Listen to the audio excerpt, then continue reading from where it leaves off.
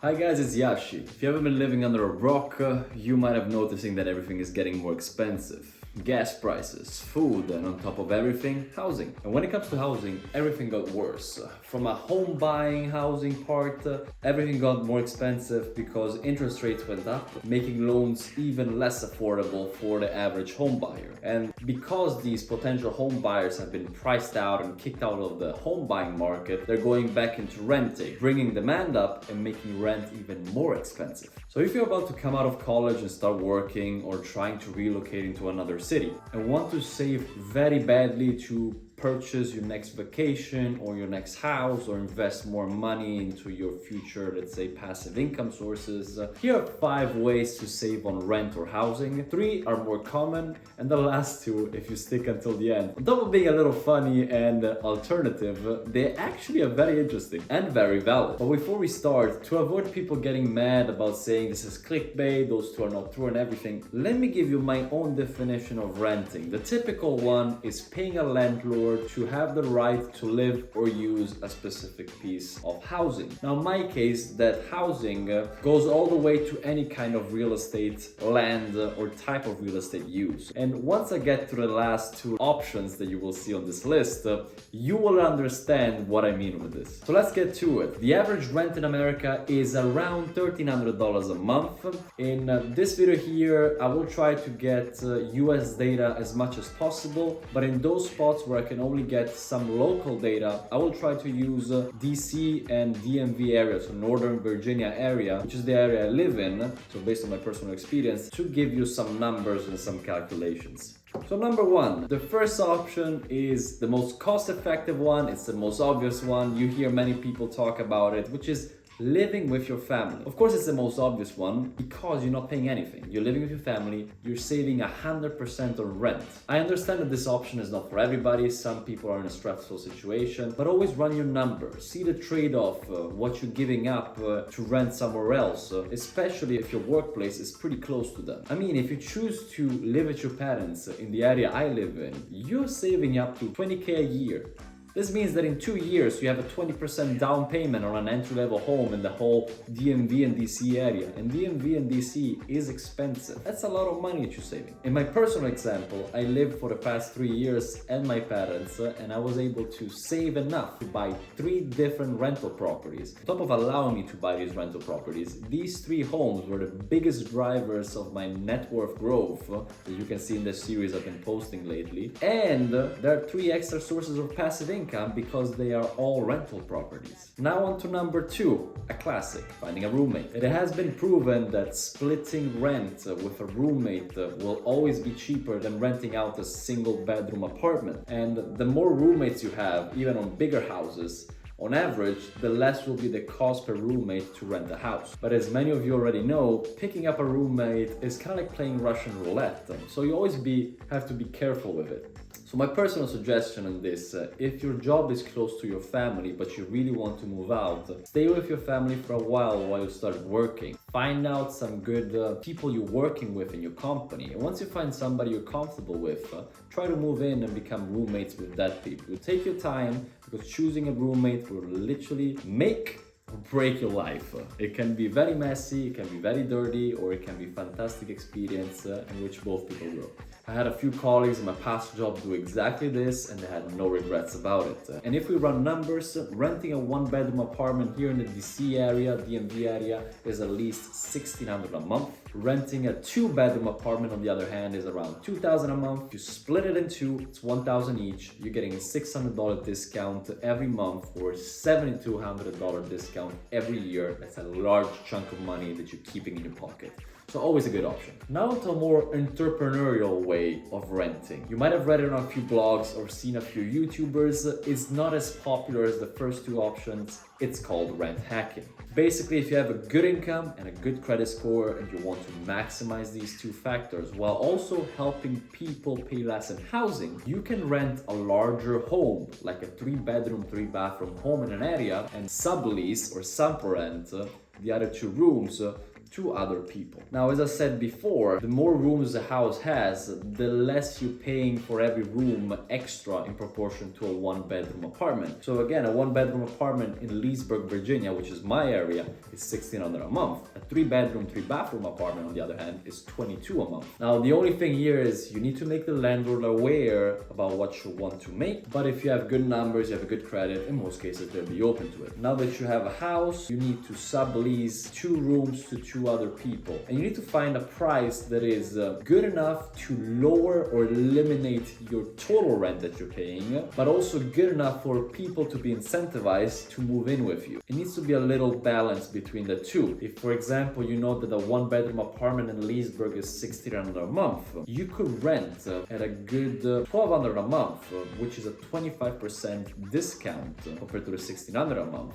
And a good incentive for people to say, instead of renting a whole apartment, I could just move in with a few roommates, still have privacy because you have an extra bathroom for every single room, which is nice and still very convenient. And with the same example, if you're able to rent 2 rooms for $1,200 a month on an apartment that you have been renting for $2,400 a month, you basically have the 2 people paying off your rent completely. You may have to pay only utilities. You can even achieve the status where you're making money from the people who are paying rent for you while they're paying less than a normal rent. Like, it's a win-win situation. Everybody's happy and you're living rent-free. You don't even need to own a house. You could potentially use the money you want to buy a house with to buy a rental property, which is even better. Now, this concept sounds amazing, but it's not as easy as it sounds. You need to first of all find a landlord that is open to it, and in a world where landlords have so much demand from renters, it's a little bit more hard. Once you have the house, you need to post the rooms on websites like Roomies. You need to vet these potential roommates. You need to run credit checks and everything just to make sure that you're renting to somebody good. But if you're cautious,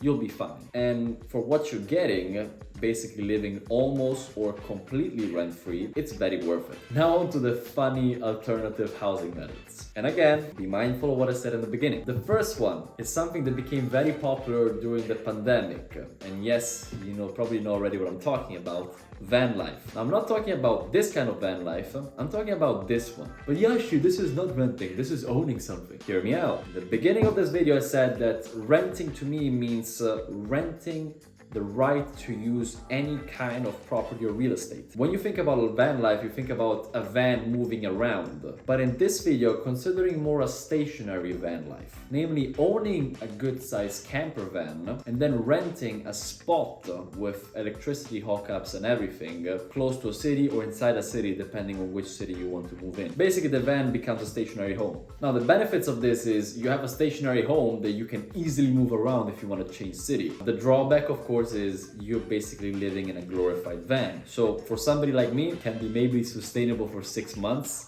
It's tiny, but I saw that in America, people love it. So for some, this could be more a longer term solution. The other cool side of the solution is ownership into something. Rather than paying 100% of rent to somebody, 50% of what you're paying in housing costs goes into an asset. And why do I call it asset? Vehicles normally are not called assets because they depreciate. But this thing, if supposedly you will buy a house in 3 years and you will move in a house, you can still rent out that thing and it will make you money. I mean, worst case scenario, you rent it 5 days a month. You can rent something like that for at least $100 a day. So let's talk numbers. Renting a spot close to DC is around $20 a night. So we're talking around $600 a month in renting the spot. Now onto the van itself. You can find something pretty good used for under 40K on a 72-month loan with around a 6 to 7% interest rate with a down payment of around $4,000, which, considering the average rent in this area, is a little bit more than a 2-month deposit you would put in a rental contract. You'll be around $650 a month for a total cost of $1,250 a month to live in a DC area in a van. Of all the options we looked at right now, this is probably the most expensive one. But again, half of your payment goes into owning something that can cash flow you in the future if you decide to move into an actual house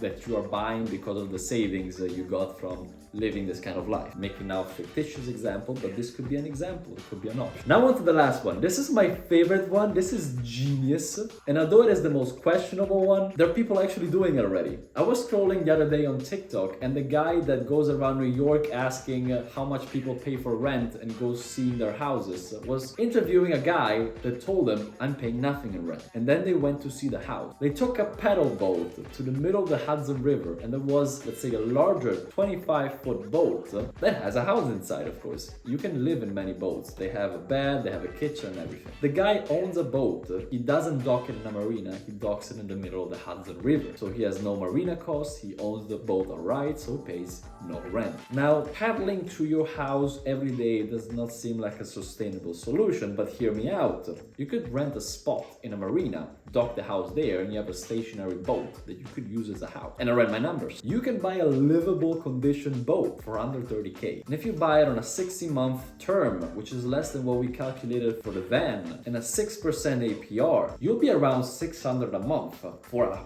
boat that you get in 5 years, like you own it outright in 5 years. And if we look at docking spaces on the marina in DC, like places like the Wharf, which is super central, you're gonna pay around $165 a year per foot. Considering 25 feet of boat, let's say that's pretty okay, you're gonna pay $4,125 a year, which means a monthly cost of $350. So if you put everything together, you can live in a central location in Washington, DC, where rents can go up to $3,000-$4,000 a month for a one-bedroom apartment for less than $1,000, so less than a fourth of what you would normally pay for an apartment. Pretty neat, isn't it? And on top of that, like with the van, you're actually owning an asset.